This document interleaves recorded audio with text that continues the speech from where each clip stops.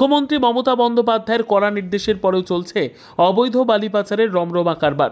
কুলটি থানার শাকতরিয়া ফাঁড়ির অন্তর্গত রক্তা ডিশেরগড় নদীঘাটের থেকে অটো ও ট্রাক্টরে করে চলছে বালি পাচার। পুলিশ ভূমিকা নীরব দর্শক বলে অভিযোগ। যদিও ট্রাক্টর চালক বলেন বালির কোনো চালান তাদের কাছে নেই। এই নিয়ে মালিকরা জানবে। যদিও এই বিষয়ে কুলটি ব্লক যুব তৃণমূল কংগ্রেসের সভাপতি বলেন পুলিশ ও বিএলআরও অভিযান চালায়। যদি এই রকম হয়ে থাকে পুলিশ ও বিএলআরও কে খতিয়ে দেখে ব্যবস্থা নেওয়ার আবেদন করেন। এই বিষয়ে বিএলআরও আধিকারিক রাজকুমার মুখার্জি জানান প্রতিনিয়ত অভিযান চালানো হয়, কিন্তু প্রতিনিয়ত অভিযান চালানোর পরেও কেন চলছে বালি প্রশ্ন থেকেই যাচ্ছে। এ বিষয়ে কুলটি ব্লক কংগ্রেসের সভাপতি সুকান্ত দাস বলেন কুলটিতে অবৈধ বালির কারবার চলছে, যার বেশিরভাগ ডিশেরগড় ঘাট রক্তাঘাট থেকে অবৈধভাবে বালি তুলে পাচার হচ্ছে। কয়েক বছর থেকে চলছে। আমরা প্রশাসনিক জায়গায় জানিয়েছি, ডেপুটেশন দিয়েছি, কিন্তু কোনো ফল মেলেনি। তার অভিযোগ প্রশাসনের মদতেই পাচার চলছে। আমরা এই নিয়ে আন্দোলন করব। অবৈধ বালি তুলে নেওয়ার ফলে নদীর গতিপথ চেঞ্জ হয়ে যাচ্ছে। এ বিষয়ে কুলটির বিজেপি বিধায়ক অভিযোগ সরকারের মদতে চলছে এই কাজ। বালি পাথর কয়লা ওদের লোক করছে কাটমানির সরকার। এটা ডাম্পার বালি নিয়ে এসেছি আমরা। কোথায় থেকে? তুলসির থেকে। হ্যাঁ, তুলসির থেকে। এই বালিটা আসছে কোথায় থেকে? ডাম্পার বালি নিয়ে এসেছি। ডাম্পারে কোথায় থেকে আসছে? আর কোথায় যাচ্ছে ওটা আমরা তো জানি না। আপনাদের কি চালান রয়েছে? এবার ওয়াদের চালান আছে। মালিক কে? মালিক মূল্য আছে। মূল্য। এটা কি আপনারা পার ডে চালান? পার ডে চালান ডেলি? না, পার ডে না, কখন আমরা ইটা মাটি সবাই চালাই। এক আধ টিপ পাইন যে তবে চালাই। নাইট কাউন্টারে ইটা মাটি সবাই চালাই। এই বালিটা কোথায় যাবে? এটা এটা কোথায় যাবে? এই তোমার পান দোকান যাবে। পান দোকান। কততে বিক্রি হয় আমরা জানি না।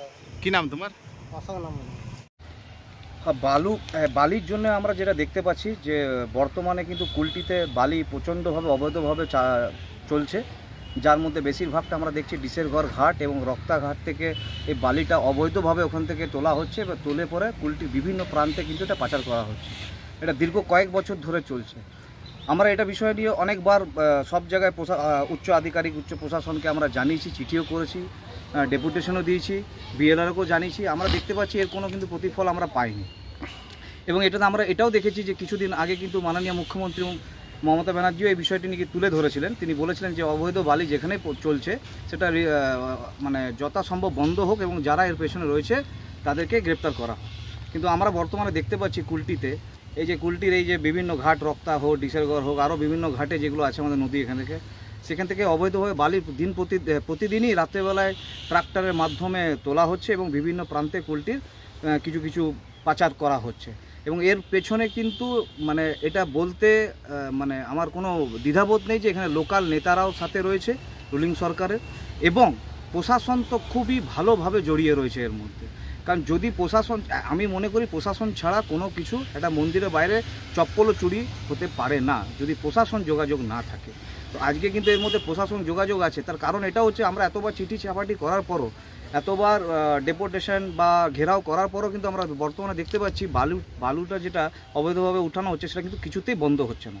তো এই যে বালু যে চলছে এর পিছনে আমার মনে হয় যে কুলটি থানার হোক চাই এসিপি ডিসিপি, আমার মনে হয় উচ্চ আধিকারিকদের নলেজও আছে এবং তারা জানেন, এবং বিশেষ করে শাকতরিয়া আইসিও এর মধ্যে পুরোপুরি ইনভলভমেন্ট, কারণ ওইখান থেকে বালি পুরো পাচার হচ্ছে রাতের বেলায়।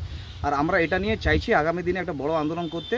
তবে আমরা লোকালকে কিছু দেব না, আমরা চেষ্টা করছি যে উপরে পাঠানো, চাই সে কেন্দ্রতে হোক। আর মাননীয় মুখ্যমন্ত্রী যিনি বলেছিলেন, তো আমরা নবান্নতে একটা চিঠি করব যে এখানে কুলটিতে অবৈধ বালি পুরো চলছে, প্রচুর পরিমাণে চলছে, যার ফলে যেটা ক্ষতি হবে সেটা হচ্ছে নদীগুলো ক্ষতি হচ্ছে, জলপথটা আমাদের ক্ষতি হয়ে যাচ্ছে, ড্যামেজ হয়ে যাচ্ছে। এটা কেউ বুঝতে চাইছে না। কিন্তু আমি একটা কথা মনে করি যে প্রশাসনের কেছে, প্রশাসন 5 বছর 3 বছর এখানে থাকবে, আবার চলে যাবে, টাকা কামাবে, ওরা চলে যাবে। ওদের তো এখানে কাকেও থাকতে হচ্ছে না, নেতারাও আসবে 5 বছর থাকবে, চলে যাবে, প্রচুর টাকা কামি চলে যাবে। প্রবলেমটা হবে তো আমাদের এখানকার যারা জনগণ, যারা ভোটটা দিচ্ছে, যারা এখানকার আদি বাসিন্দা, মুশকিলটা কিন্তু তাদের আছে।